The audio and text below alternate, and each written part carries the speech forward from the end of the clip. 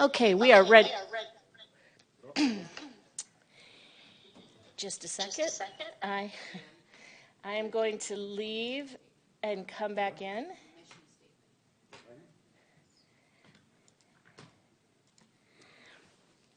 All right, let's try that again. Today is Tuesday, March 12th, 2024. It's the City Council's work session. I am calling the meeting to order and giving notice to the members of the City Council and to the general public that the City Council may vote to go into executive session, which will not be open to the public, for discussion and consultation with the city's attorneys for legal advice. Can we have roll call? Mayor Daggett. Here. Vice Mayor Aslan. Here. Councilmember Harris. Here. Councilmember House. Councilmember Matthews. Here. Councilmember McCarthy. Here. Councilmember Sweet. Here. Thank you. Councilmember Sweet, would you lead us in the Pledge of Allegiance? Please stand if you're able.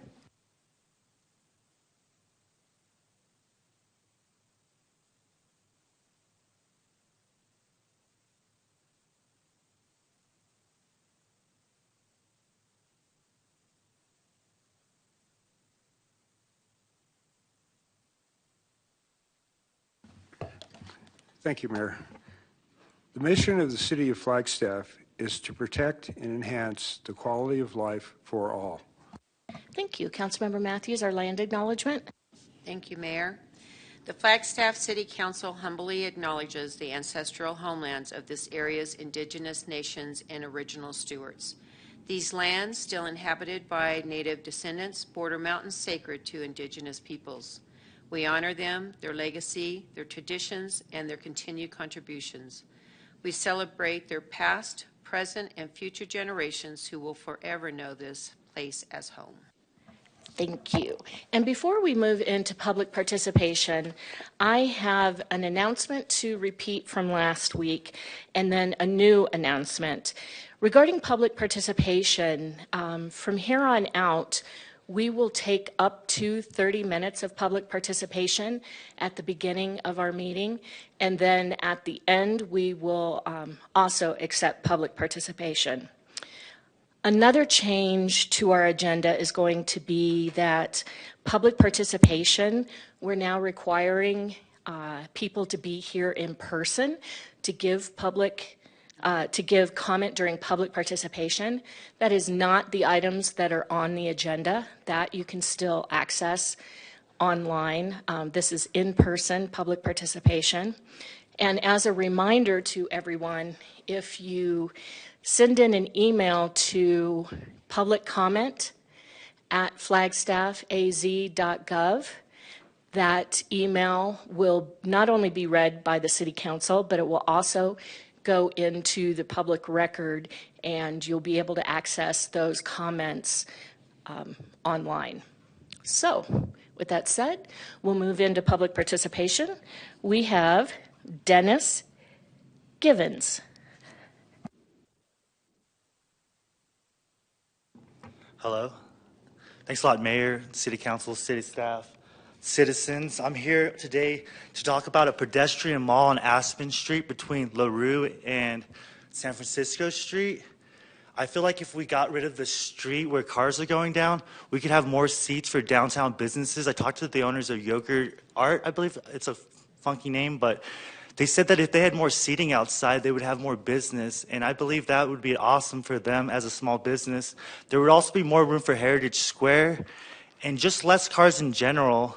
And I'm also proposing a pitch for free parking for locals. I feel like it'll bring more business for downtown businesses. There'll be an incentive to go downtown.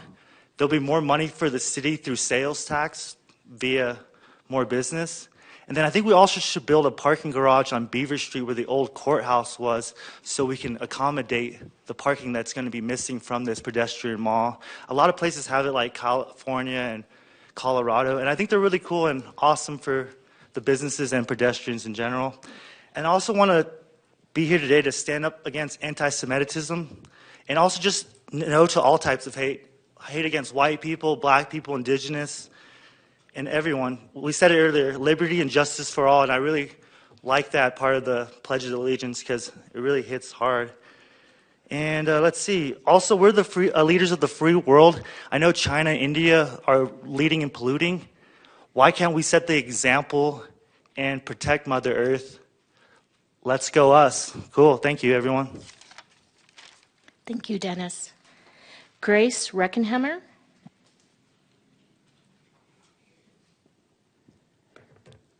All right. Good evening, Mayor, Vice Mayor, and Council, and all city friends and community members here or listening in tonight.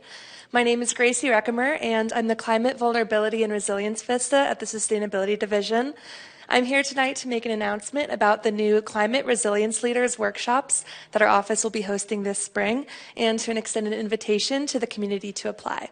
So Climate Resilience Leaders is going to be a 6-week workshop series that will focus on building community and making our neighborhoods stronger. During the workshops, participants will learn about local climate impacts, develop leadership skills, and work to create their own neighborhood projects. They will form the first cohort of the Flagstaff Climate Resilience Leaders, a network of community members and leaders who are working to build resilience in their own neighborhoods. I encourage any interested community members to apply, and I encourage you to pass this information on to your neighbors and friends. Anybody who lives in Flagstaff and cares about strengthening our neighborhoods and our community is welcome to apply. The application for Climate Resilience Leaders is open until this Sunday night, March 17th, and for more information, you can visit www.flagstaff.az.gov/resilience-leaders. Once again, the website is www.flagstaff.az.gov/resilience-leaders. And council members, we will also be sending you an email directly after this to share information if you'd like to share it with any potential participants, whether they're neighbors, community leaders, or friends with a passion for building community. I greatly appreciate your support mobilizing our neighborhoods and our community to grow climate resilience. Thank you for your time and have a good night. Thank you, Grace. Okay, moving down to item number 5, review of draft agenda for the March 19th, 2024 City Council meeting. I took a look and didn't see anything I had questions about. Council? Yes, please. I just noticed a great omission that wasn't on the agenda, and that's Councilmember Sweet's 50th birthday that we'll be celebrating all day. So I just wanted to point that out, that we did omit that. Aloha.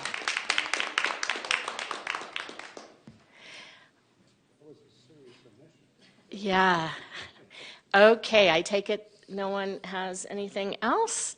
All right, so City Manager, we would love to hear from you now.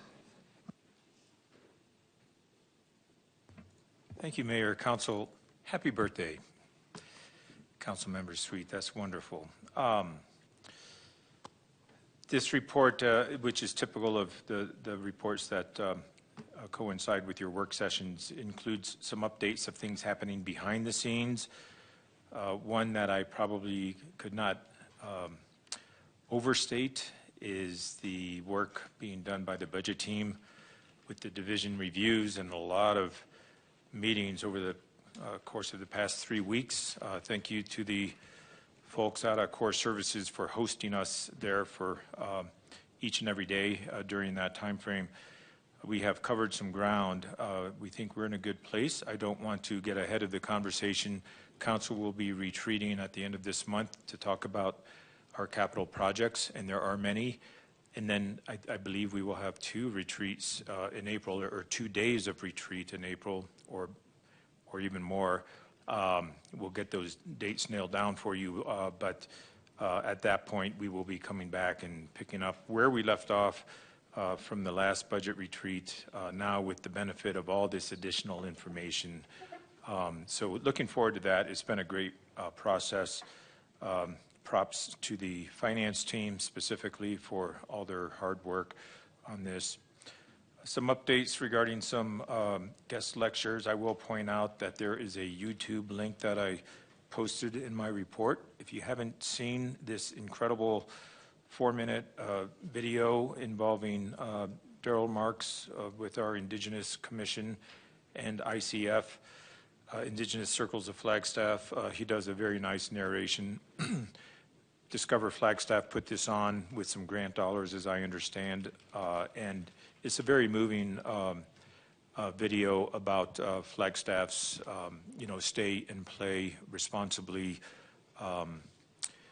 program, and touches on a lot of the important environmental values here in Flagstaff. So give that a review at your leisure and enjoy.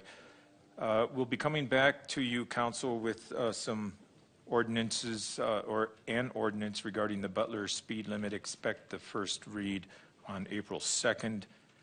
Some updates from our Community Development Division and their attendance at the Urban Land Use Institute in Arizona.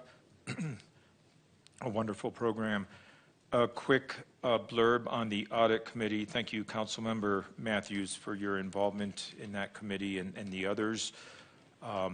Very nice report. You'll be getting more of an update on that, but once again, a shining report regarding the city's finances and the conclusions of the audit.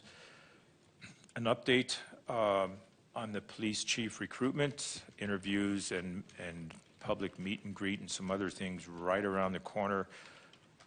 So there's a nice update for you there in the report. And then a few pages that encompass the many procurement policy changes. There will be more, but at least with respect to what has been approved and specific to our city charter amendments approved by the voters last November, a lot of updates for you there for your reading enjoyment. And unless you have questions of me, we do have updates from, I believe, both sustainability and pros, and we can take it in that order if sustainability is ready to roll. Is that okay, Mayor? Okay, thank you.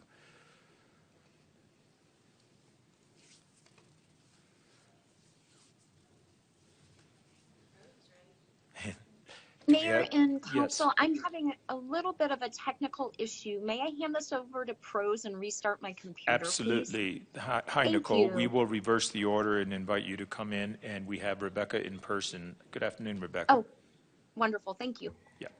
I got you, Nicole. You just maybe put in a chat when you're ready, and I'll try to delay as long as I can. Well, thank you, everyone. Rebecca Sayers. I'm the Parks, Recreation, Open Space, and Events Director. Our February report is in your packet and up here on the screen. I first wanted to call out these new signs that have been installed around Thorpe Park. I think they look really incredible. This is the work of one of our park supervisors, worked to design this and get these constructed. So the mount itself, the structure is the same, but the signs in the middle are updated, and they have the reflective lettering, and it's similar to our Flagstaff, Arizona signs as you're coming in. So look for more of these as we have time and budget, but that's the plan, is that eventually these will all look very similar. And many thanks to Sean Mullaney for his work on this. And then our parks teams themselves have been installing these, which has been great. We did start off in February, right? February? March, with snow. We had snow. We had several days of snow. I don't even remember. But we started off a pilot project to help clear a few of the downtown alleys of snow. Many thanks to our partners in Economic Vitality, David McIntyre, to help get this going. And I think the first few storms taught us a lot. And we might have snow in the forecast this week, maybe. I don't know, anywhere from 1 inch to 2 feet, who knows? But we are getting in touch with that same contractor and asking them to be on notice and ready to go as needed for this week's potential storms. Nicole, I hope you're back. We got some trail counts going here. We wanted to show you a little bit of a different way to show these off. To me, this is easier to read, and you get a little bit better idea of the number versus the pie chart. So still, Buffalo Park is our top trail usage location, especially if you combine those first two bars. And this is January, so it was cold and a little snowy as well. And people still get out, which is wonderful to see. And I think, yeah, just the commuter trail along Route 66, so that's that concrete trail that goes pretty much east to west, had over 4,500 travelers. And that's identified, I'm going to scroll back up, that's identified as Route 66 east and west over here.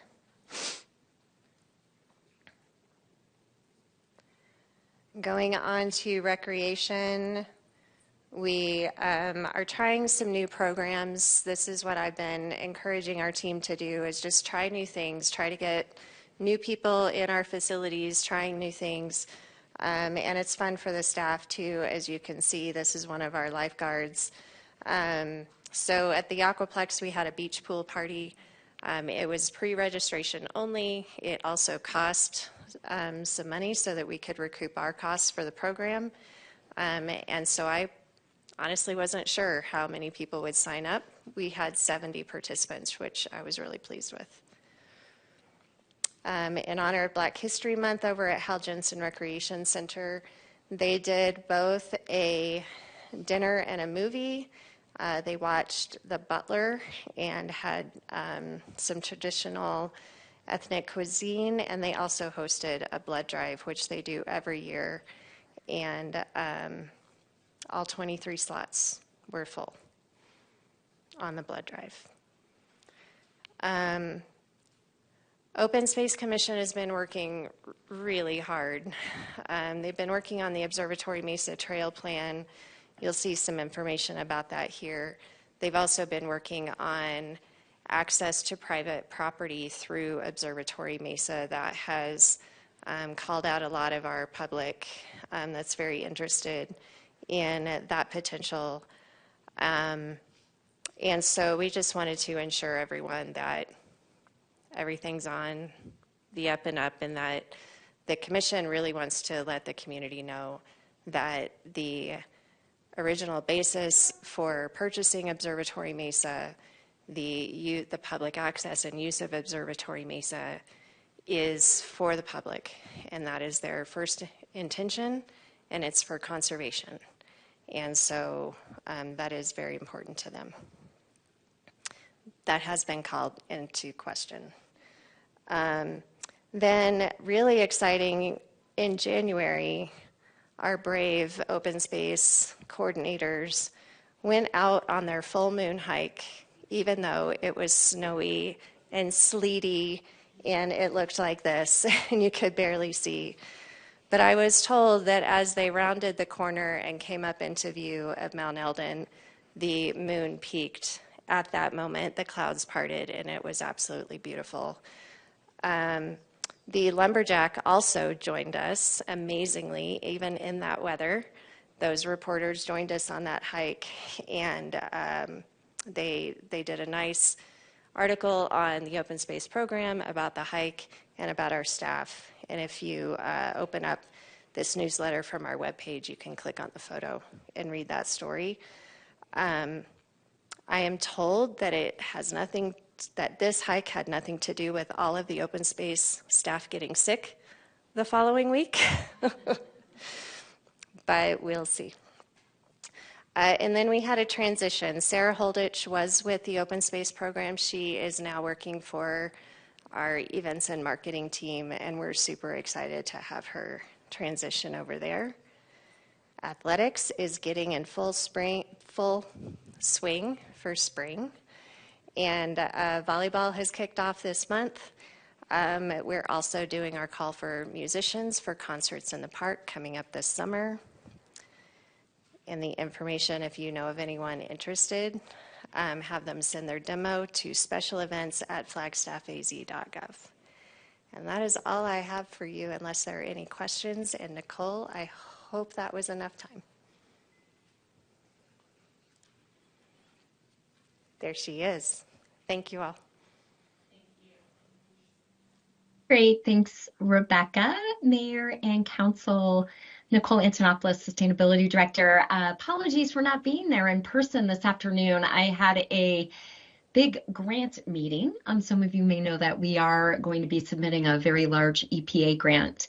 And so that took a bit of priority over making my way to City Hall. So I am joining you virtually, and I'd love to share my screen with you to talk about our monthly report.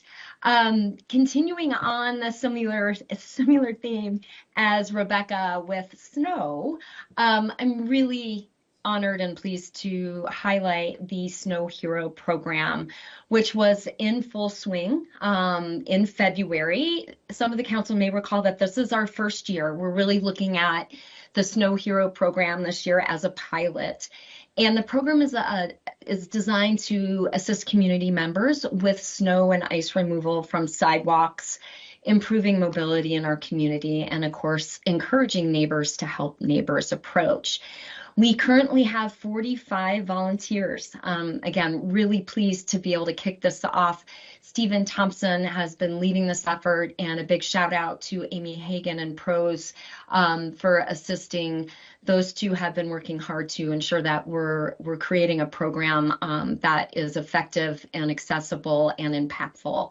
So we've received a fair amount of news coverage, including Arizona Family TV, KJazz, the Daily Sun highlighted the program in February. And so these are just a couple of images from the Daily Sun and photos of members of the NAU football team assisting a resident with their sidewalk. And so we've received a lot of really positive feedback regarding this program. And as we wrap up the snow season, we will regroup as a division, as well as reaching out to participants, both the volunteers as well as those who have received assistance, to see how we can be on a trajectory of improvement and expansion. Moving down into our report, we are really thrilled to be continuing to work with NAU, and we have in our office now a number of new AmeriCorps that are funded through the Climate Corps. And NAU received a large grant that is funding Climate Corps to be placed throughout the community. And so Brady Henderson joined our team, and he is assisting us with public health and climate resilience work. And he will be focusing his attention primarily on our HEPA air filter distribution program that we partner with the fire department, and also our flood proofing assistance grant program that we partner with stormwater on. So we're thrilled to have Brady as part of our team. We, in February, directly engaged with more than 115 members of the community in February, as mentioned, focusing on climate education and action.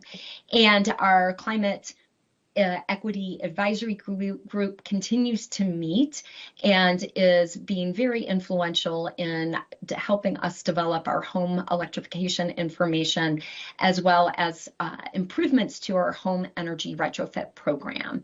And specifically on the latter, this is referring to federal earmark funds that the city received to target low-income community members and deep energy improvement retrofits. So that's a nice segue into our finalized grant agreement from Housing and Urban Development. Finally came through, and you hear a collective jumping for joy and Yahoo here at the Sustainability Division. We've been waiting for well over a year to receive that grant agreement, and so a big shout out to all the folks who helped us get this across the finish line, and our friends in grants and contracts as well.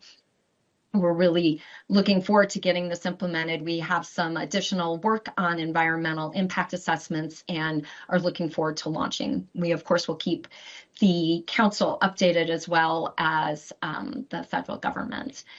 Our citywide energy and water conservation project with NORESCO is preparing for phase 2, and we are really thankful to Code Compliance for reviewing and approving our upgrade applications for exterior lighting at 44 city facilities. So yes, we also have to submit permits for lighting, and thankful for the folks in Code Compliance to help us move forward. And then finally, the Northern Arizona Solar Co-op has chosen Icon Power to lead our co-op this year. And again, this is a collaboration with Solar United Neighbors and the City of Sedona and Coconino County to essentially bulk purchase residential solar. And Icon Power was chosen by participants of this year's co-op. And so far, they've already completed 45 satellite reviews, 15 site visits, and submitted 7 proposals, and under contract already with 17 residents to install residential solar. This is really important in our effort to help facilitate economic residential solar throughout Flagstaff. Moving down, we submitted 7 applications. Community members submitted applications, almost $7,000 worth of energy efficiency projects through our home weatherization and energy rebate program. This continues to be a really popular and impactful program, and so we are thankful for the funding that's come through for this, and then of course the impacts. We've also welcomed Katie Bednar to join our team as part of the Climate Corps. She will be focusing on energy and resilience, and she's helping to develop and implement targeted outreach strategies to increase access to energy efficiency. Moving on, we have 2 new high school AmeriCorps sustainability officers who have joined the team, and they will be focusing on sustainability education at Flag High and working on expanding resilience. Next, moving into neighborhood engagement and volunteer services. Even in the month of February, our community stewards are at work. We've had 3 cleanups, and more than 40 service hours were committed to cleaning our community in the month of February. Our Stream Stewards program has increased the number of volunteers. We have 27 volunteers now and 30 adopted stream sections, which is getting close to about 50% of the identified stream sections that are available for adoption. This is a very new program, and we are absolutely thrilled and encouraged by the response in the community to it.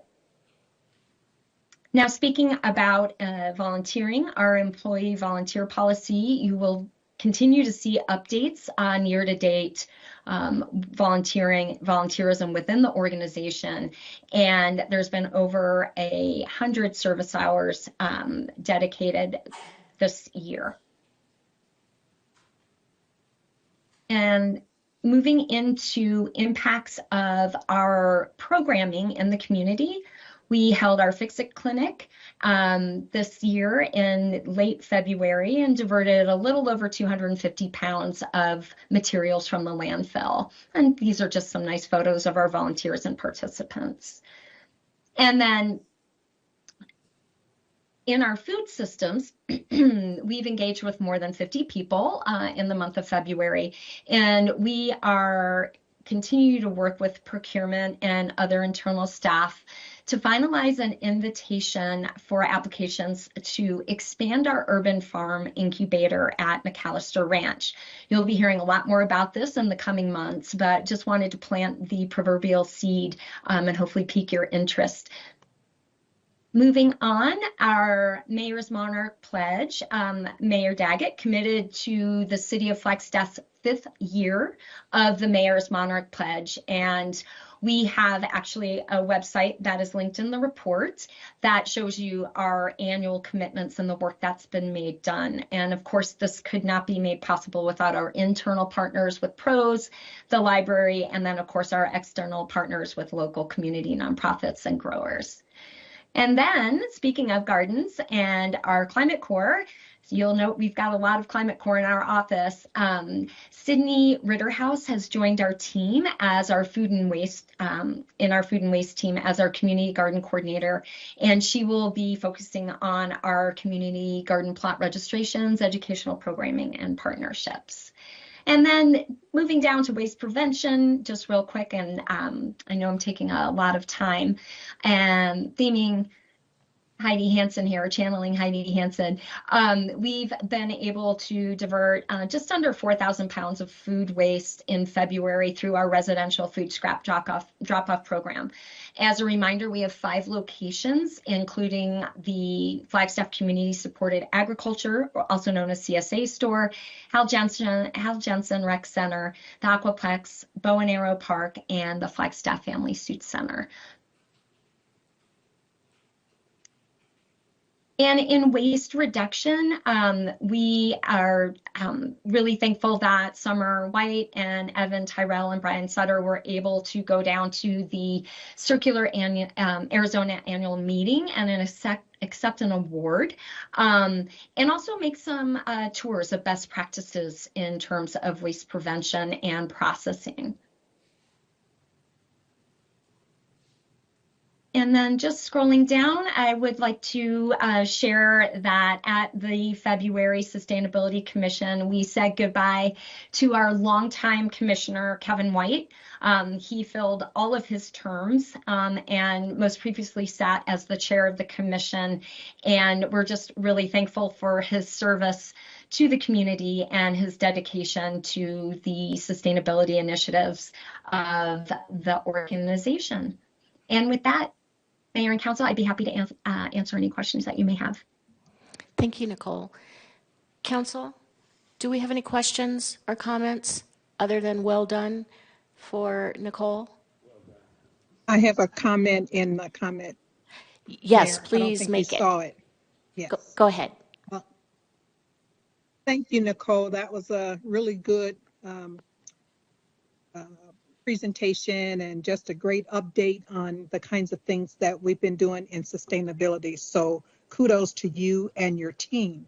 I'm just wondering if Jenny had an opportunity to share a video that I forwarded to her regarding, it was in February, the Center for Disease Control along with the Environmental Protection Agency, I think, or another group, had done some research and studies on African Americans and the stress that climate change and sustainability has been causing them. And that's not to say that the group is saying don't do it. It's just to make us aware. Were you able to see that video? Did you see that? Did she share that with you? Councilmember Harris, I was out of the office at that time, and so I will follow up with her on that. Okay. Yeah, I just think that it's helpful for us as we're doing these different programs to be aware of the effect that the whole conversation is having on some of our vulnerable populations. And so I just wanted to make you aware of that. And also to, to let council know that that's an area that is starting to be addressed at a national level. Absolutely. Thank you so much for that. And I will follow up on that. And I think that would be a nice resource to share with the rest of the council too. So I will find out if we have shared that on a public platform as well. Okay. Thank you. Absolutely. Thank you, Mayor. Councilmember Matthews. Thank you, Mayor. Nicole, I look forward to participating in the stream cleanups and the other cleanups. I've done 2 of them last year, and they were just really rewarding and fun. And it was amazing to see the transformation of the areas that we work on. So I just applaud sustainability to have that program as one of their many programs they do for our environment. And I just want to thank you, and I look forward. I'm not going to do it in the snow, but when it's warmer, I look forward to joining the team again. Thank you. Thank you so much for your volunteerism. We appreciate that. And City Manager, I believe, had something. Yeah, I'll just wrap it up. I want to thank both Rebecca and Nicole for excellent presentations. It's always very informative and very intriguing to see what's happening behind the scenes. I want to call out specifically, Rebecca talked a lot about the snow and the efforts downtown with our pilot project. I want to make quick mention. We view that as so far a successful pilot, and it is finding its way into the budget process as we look to the following year, next year. But we're not finished with snow just yet. Oh, and by the way, thank you, Nicole, for making reference to the snow angels and the wonderful work that they are doing throughout our neighborhoods. But on the topic of snow, as this discussion was happening, I received an email from National Weather Service, and it looks like the storm at the end of this week is building. So we will perhaps continue with our pilot project downtown and put the snow angels back to work again. It's looking like there could be some pretty good snowfall Thursday and Friday at the end of this week. And with that, unless you have any questions, Mayor, Council, I'll conclude my report. Thank you, City Manager. Okay, yes. All right.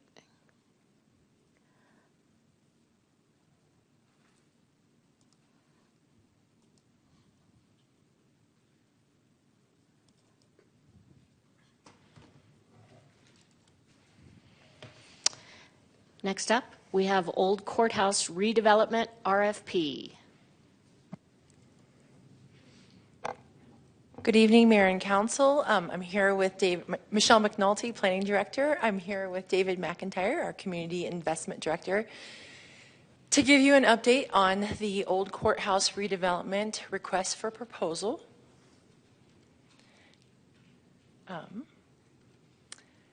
And actually, my slides are out of order, so I'm going to go backwards.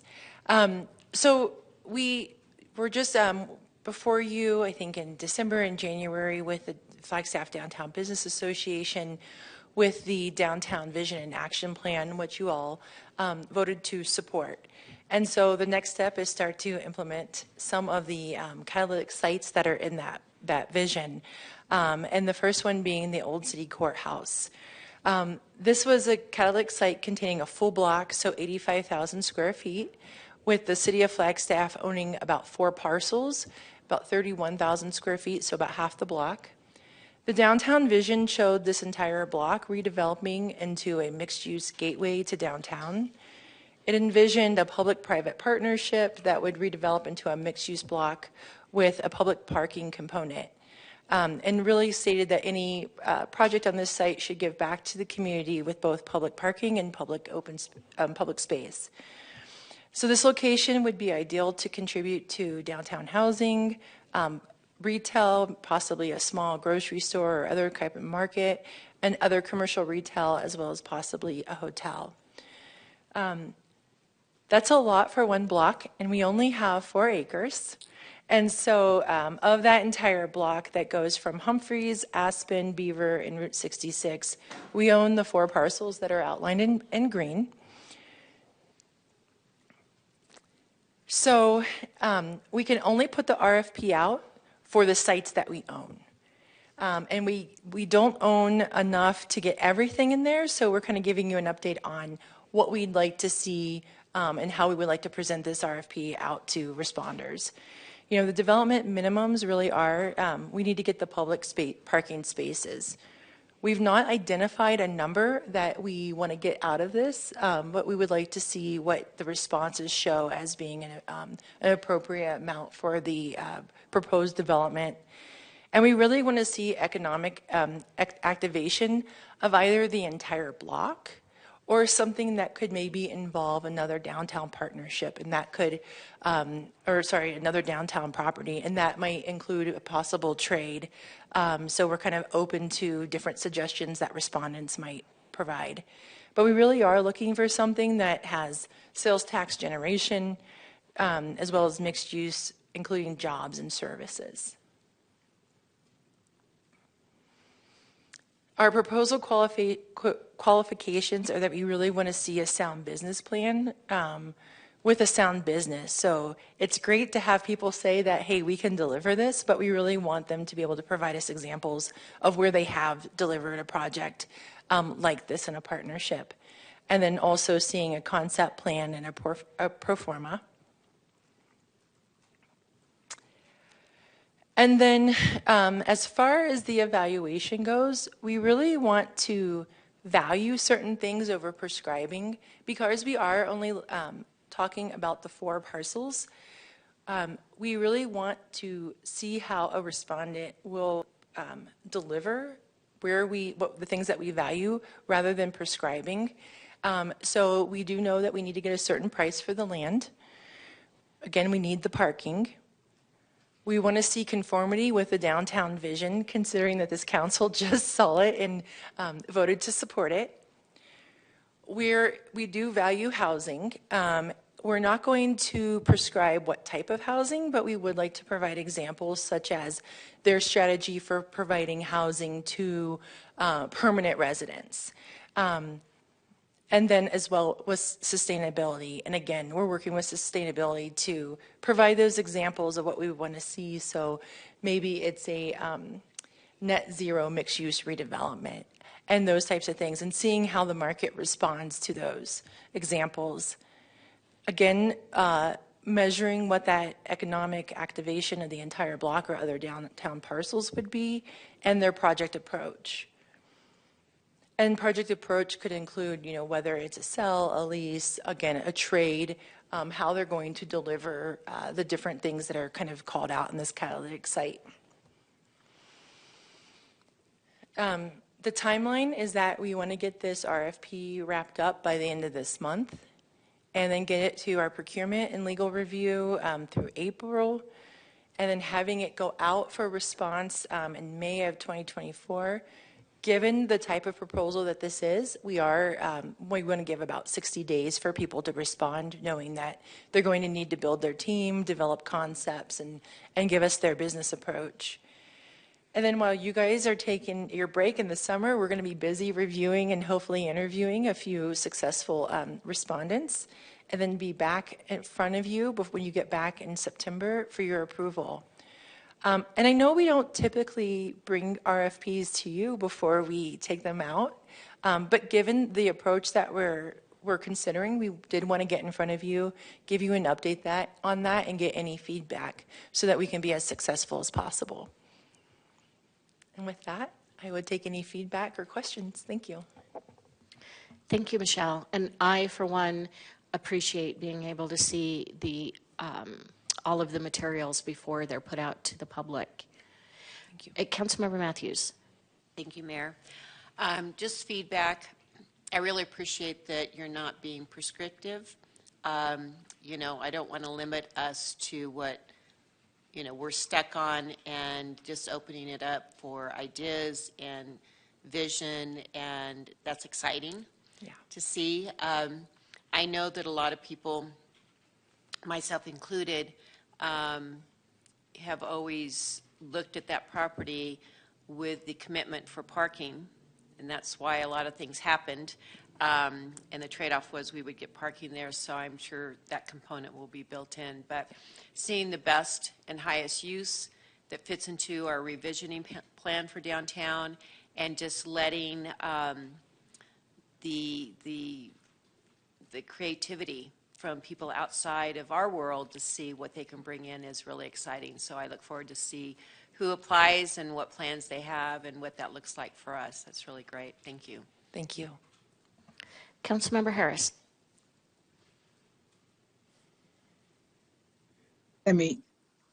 Always takes me a minute to get to the buttons. Okay, so I have a couple questions, and I'm not sure if you can answer these or if somebody else needs to answer. So I'm assuming, and I know what happens when you assume, but I am assuming that those parcels, that there's already infrastructure there, like water, sewer, gas, whatever else we include in that. Is that a correct assumption? That is a correct assumption that it is currently served by utilities. I, I cannot say for certain that a proposal wouldn't require like a water sewer impact analysis to make sure that the infrastructure there is at the right capacity to serve it. So there may be some needed upgrades. I would ask Water Services to confirm that, but I could see that being a potential. Okay. And then so my next question then is that if everything is appropriate for whatever it is, whoever wants to build whatever, do they have any other responsibility in terms of impact fees? Because all the infrastructure is already there. And so they don't have to put that in, like, another subdivision or another development would have to put all that in. But since we own the land, we've already had a building on that land. And I'm assuming that the next person coming in probably will want to put some type of a building there that's going to need all of those, water, sewer, whatever. Does that person have to pay anything to tie into our system? So if there are any necessary upgrades, they would have to pay for that. They will, I think there are meter fees of hooking into the system. They would have to pay any associated building fees, building permit fees. We only charge impact fees for public safety and fire, and I believe that's only on residential. So if there's a residential component, there will be a portion of that that goes to impact fees for those services. And then just in general, currently as it stands under city ownership, it's collecting no property tax. And so redevelopment of that site would also then start to contribute to our property taxes. Okay, and so then they would only be responsible for any improvements that need to happen in order to support whatever they put on the site, correct? That's correct. Okay, and play devil's advocate here, me. If they don't have to, if they don't need any improvements for what they want to do, they just tie into our system. Correct, and then they would pay for, the water and the sewer as is charged. They would pay for water and sewer usage, not Usage. necessarily tying into the system.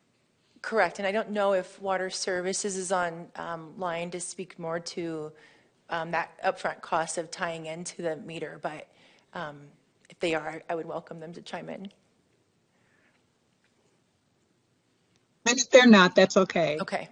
It'll come back up at another point in time. Okay, so then my last question or comment would be about housing. So we're not going to encourage a response from someone who may try and look at some affordable housing? We are going to encourage housing, and that we will weigh the response to each one, but we are not putting in an affordable housing requirement. We do not plan to at this time. Housing has been part of this conversation, and there is somewhat of an agreement that this might not be the best site for affordable housing. However, if someone responds and they're going to provide affordable housing and they can make that work, I think that would probably definitely be high ranked on the scoring. So then I'm going to make this last comment, and this is for the whole staff.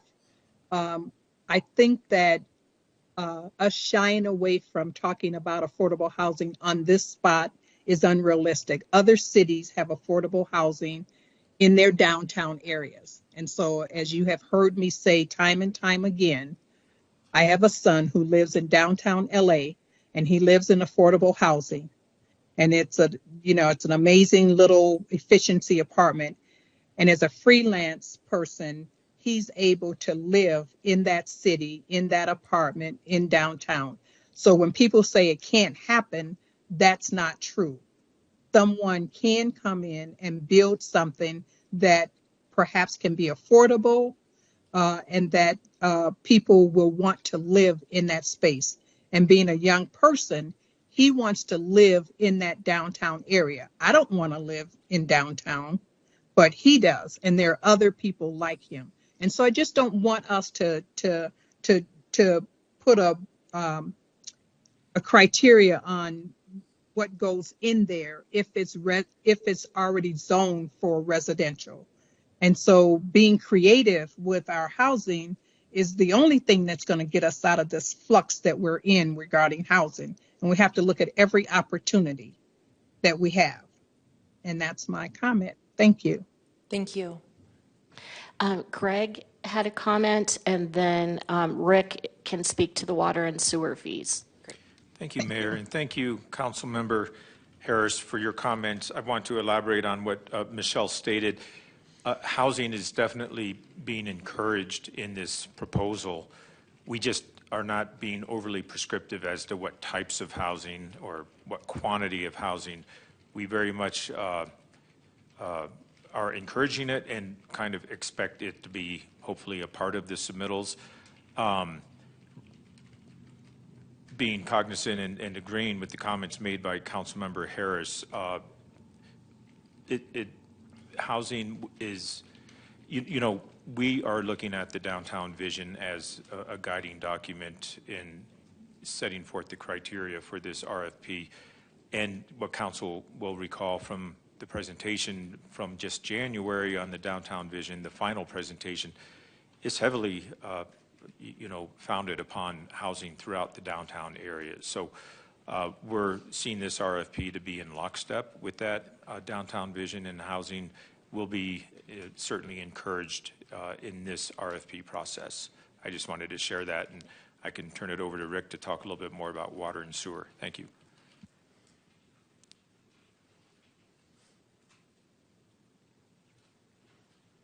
Hello, Mayor and Council.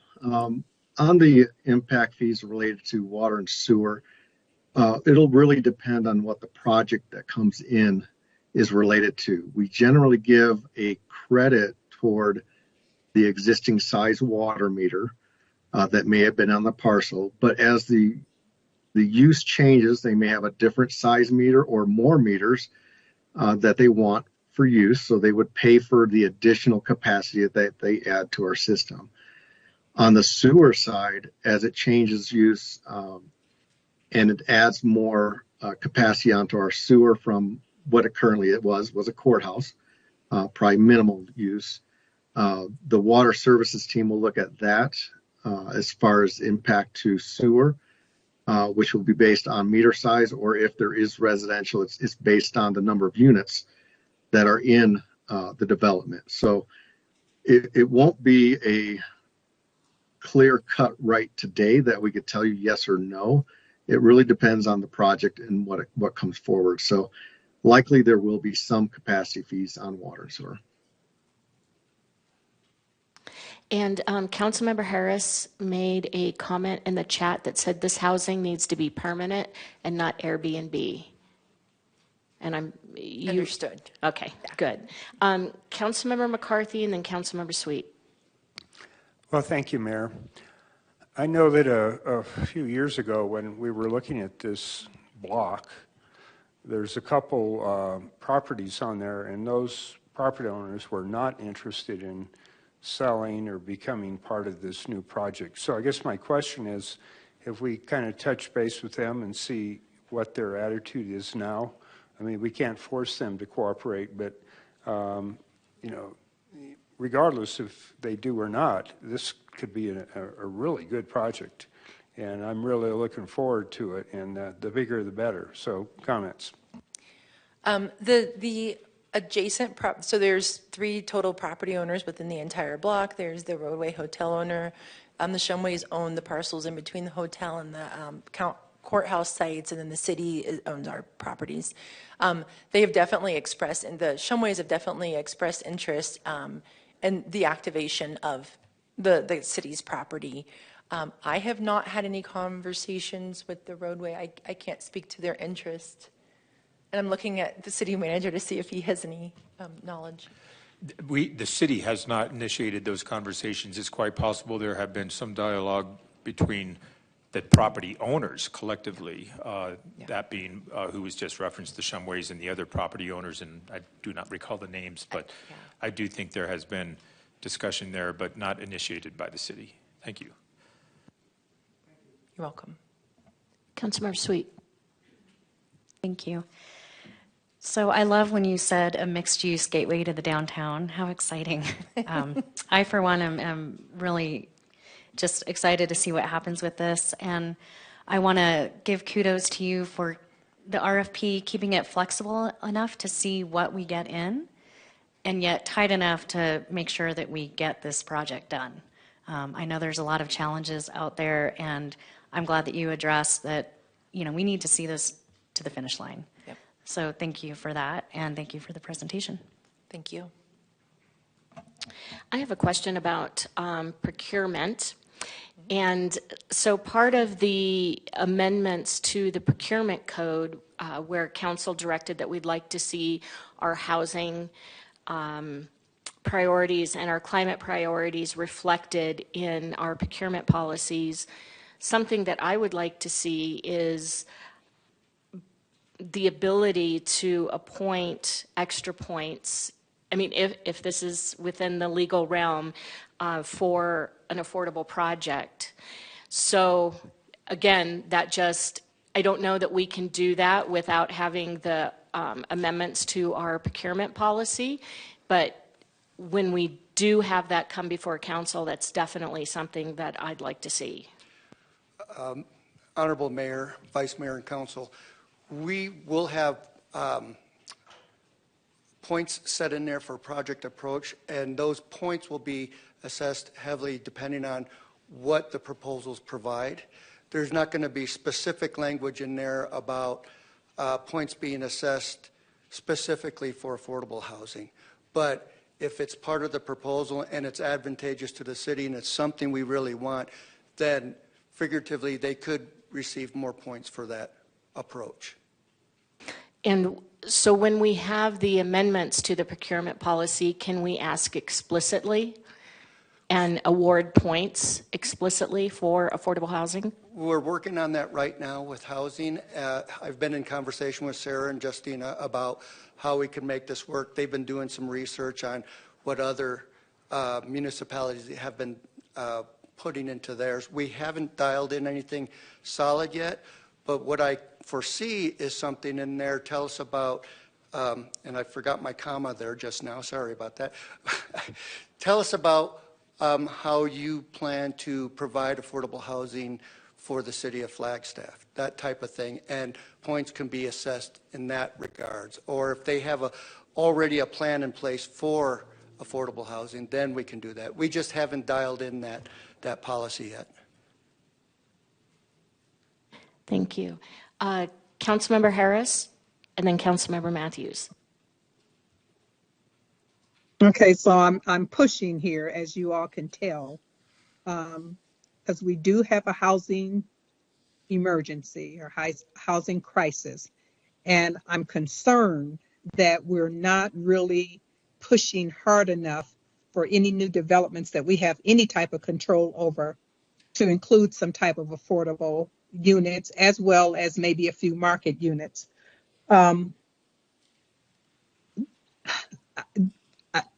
I'm not really concerned about what other communities are doing. I'm really concerned about what can we do legally in the state of Arizona. So if we can put in a requirement or not a requirement, but a push for affordable housing, and if it's not against the law to do that, then why aren't we doing that? Thank you, Councilmember. That's probably, yeah. My apologies, I didn't mean to cut you off. No, that's okay. Go right ahead. Okay. Councilmember Harris, that is exactly why we're looking to what other municipalities are doing to use as a benchmark on what we can do, which would be within the confines of the law. If it's working and it can work for us and it's in the state of Arizona. Those are the laws that we look at. I'm looking back and forth here, and those are the laws we can use. Of course, my colleagues in legal will have a look at it and help us with determining whether it's legal or not. We just haven't developed anything yet or found anything yet that is solid. I know our housing folks have been to a couple of conferences, I believe, where they've talked in length with their colleagues about what they're doing, and there's very little out there, but we're trying to build something and put something into our solicitations that will give it some teeth. Okay, I'm done pushing for now. Councilmember Matthews. Thank you, Mayor.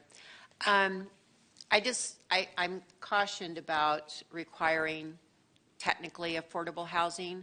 We need all types of housing, and I think leaving it open to see what that project could look like for the highest and best use for Flagstaff. We need not just affordable housing, not just affordable rents, but we need market rents, market housing. It's a compression issue. And so I'm cautious about requiring that, at least 100% affordable, just because I think it limits us, and we need, middle-priced housing, so then people that could afford that can move up and free up the more affordable housing aspects. And so I, for one, am a little cautious about making too many prescriptive requirements that could limit our overall vision of what we need. And housing is, as with Councilmember Harris, is a top priority of mine, but I also know that we need not just affordable housing, we need housing. If I may, just to provide a little bit of additional context, when we were talking about the housing, there is the idea that, many different diverse incomes would be welcome in the downtown. And also, I think we were somewhat conscious of the fact that the Foundation for Senior Living project, which would be about 150 permanently affordable and exclusively affordable units, is scheduled for development, if the financing works out, which it looks really good right now, from what I understand, is just a couple blocks north. So we thought that having that 150 units of only affordable housing allowed for some room for us to see kind of what the development community is willing to provide, knowing that housing and affordable housing would be scored higher as something that the city values within the RFP. But I wanted to provide that context because that had something that had come up, is just making sure that there is room for all those diverse incomes. Thank you. Councilmember Sweet.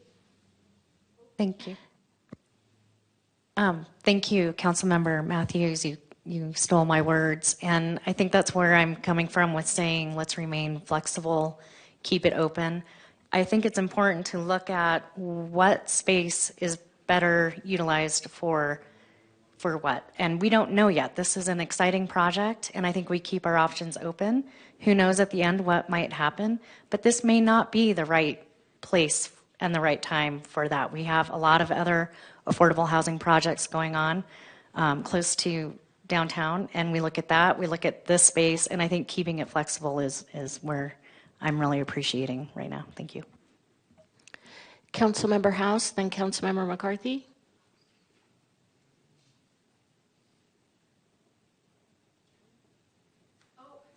I'm sorry, Councilmember Harris, and then Councilmember McCarthy. That's okay. We miss her. She's not here. I hear what everyone is saying about market and different types of housing. And I talk about that all the time, different types of housing. Keep in mind that everybody does not need or want the same type of housing. And so in a building, you could have different levels. You can have some affordable, you can have some market, you can have some higher end. I mean, they're different kinds of apartments that you can have, and they do that all over the country. And so I just would encourage us to really do keep it open. And also when I say affordable, I'm talking about affordable as well as workforce. So I think that sometimes we forget about our teachers, our police officers, our firefighters, our maintenance people who work for the city. So just keep that in mind. And I'm going to leave it at that, I promise. Councilmember McCarthy. Thank you, Mayor. Well, my note to staff is be flexible and be open-minded. Thank you. Thank you. Any additional questions or comments, Council? All right. Thank you. Thank you all. And happy birthday. Next week. Okay.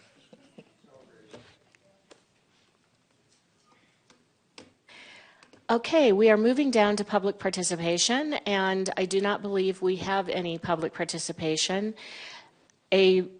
Another reminder, in case people logged in after the start of the meeting, beginning next week, we are taking public participation in person only, and we will still take online comments for agendized items. We are also switching it up and taking 30 minutes, up to 30 minutes of public participation in the beginning, and then we can take the remainder of it if there is more than 30 minutes worth at the end. So moving on to item number 9, informational items, 2 from Mayor, Council, and City Manager, and future agenda item requests. Vice Mayor, are you still online? I am, and I have nothing to offer today. Okay, thank you. Councilmember Harris. Yes. I do want to share with the council an experience that I had this Saturday. And I think it's important for all of us to hear this. I had lunch with 2 beautiful, amazing, intelligent young Black women who are high school students. And I sat 2 hours listening to them tell me about the challenges that they face in school. And it was really pretty hard to listen to. And I was just amazed at how articulate they were about a very disturbing issue. I don't think at that age I could have held myself together like they did. But they shared with me the micro and macro aggressions that they have to deal with every day in their schools. They talked to me about the way teachers handle some of those things. They talked to me about what it is that they wish could happen that would make their lives easier. They talked to me about how difficult it is to focus on their academics when they have to deal with all of this other stuff. And so the reason I share that with you is that I think that when we keep things like that underground, or when we don't share those kinds of comments with our community, that people believe that everything is just fine. We just ended Black History Month, and I can tell you that one of the things that they said was that they did not see themselves in this community during that time at all. And that was very hurtful and disturbing to them. And so as a community member, I have definitely stepped up and will be working with them in ways that I can to support them. And I will also be sharing their comments with other people in our community who I think should hear this and should know about this. I'm not going to share their names because, as you know, there are not very many Black kids in our schools. And so I don't want them to be retaliated against because they shared that information with me. And that is a reality because it does happen. And so I just want us to be aware of that. So anyone who's listening and anyone who's in the council room and all of my colleagues on council, I just wanted you to know what's happening in our community. So thank you. Thank you, Councilmember Harris. Councilmember Matthews. Thank you, Mayor. I just wanted to make a comment from what we experienced last Tuesday. I believe that one of our most important responsibilities as a council body is to do everything in our power to ensure and promote the city's mission statement, to promote or to protect and enhance the quality of life for all. To me, that also means promoting a sense of community and a feeling of being safe. This became a challenge last week when, in my opinion, 5 paid antagonist agitators polluted our airspace with some pretty offensive hate speech during our public participation at the end of the meeting. Our hands are tied a lot because of constitutional rights, but I just wanted to publicly thank my fellow council members for making a very thoughtful and hard decision that the mayor announced at this council meeting, that we go back to pre-COVID rules and that we are requiring in-person public participation to help ensure that the people speaking at these meetings are in our community and are representing our community and not people from the outside trying to create division and friction and animosity amongst each other. So I just wanted to publicly thank my fellow council members. It was unanimous that we do that, and I think we will be better because of it. Thank you.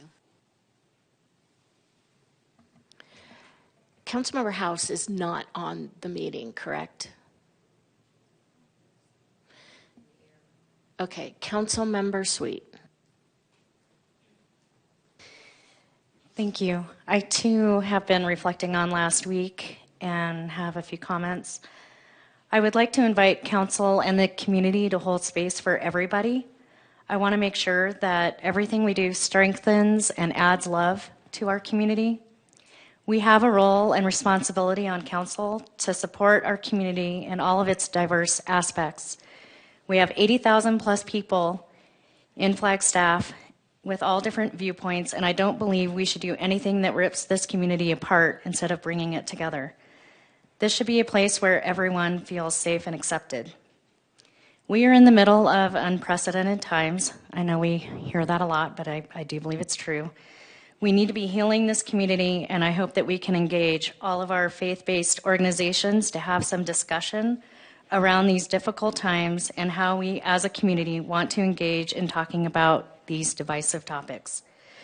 Flagstaff is a Golden Rule city, and I would like to read a couple of paragraphs from resolution number 2008-68 that pertains to the Golden Rule.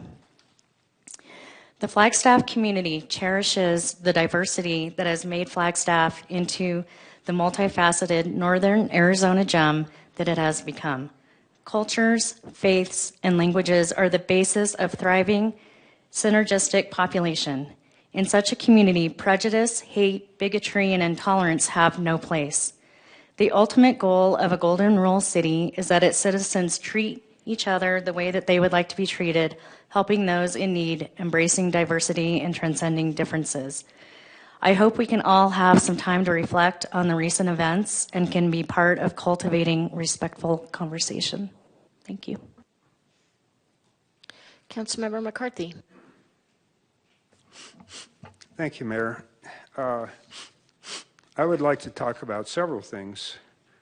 I was going to say some things that the last 3 council members addressed, but I think they covered it so well, and I'm in complete agreement with their comments, so I'll leave it at that. So thank you for your comments. I really do appreciate it. The next thing I want to talk about, and there's 2 parts to this. The first part is that I get a newsletter called the Kiplinger Letter. I've been reading this since I was in high school.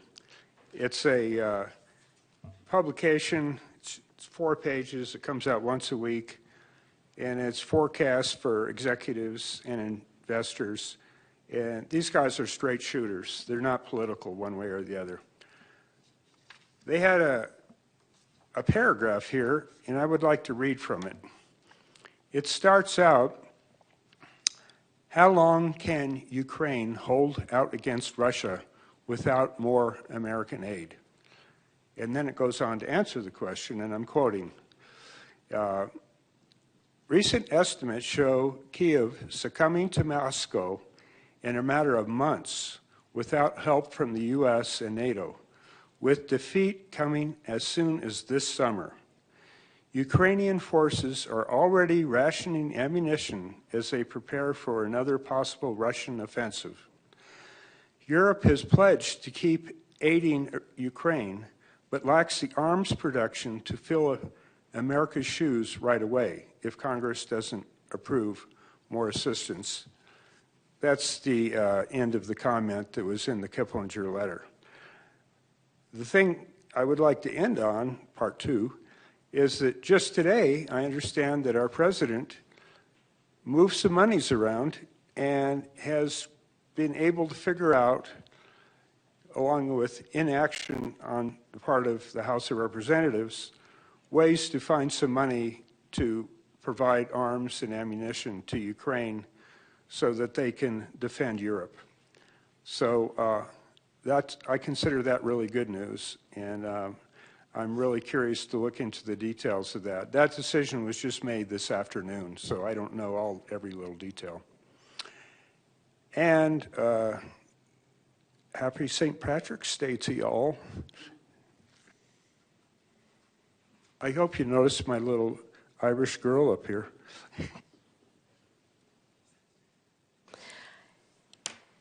Well, thank you, everyone, for your comments. I think it's good for us to reflect on how we want to treat people in our community, and I'm glad to hear your words and glad to share this dais with individuals who so respect differing opinions, viewpoints, but will not play in the arena that was presented to us last week. I, too, wish for all residents of Flagstaff to feel a sense of belonging and a sense of safety. And so I extend those those wishes out to everyone in our community, and I'm glad that we are a Golden Rule city. So that's all I have. City Manager. Nothing from me, Mayor. Thank you very much. Thank you. We're adjourned.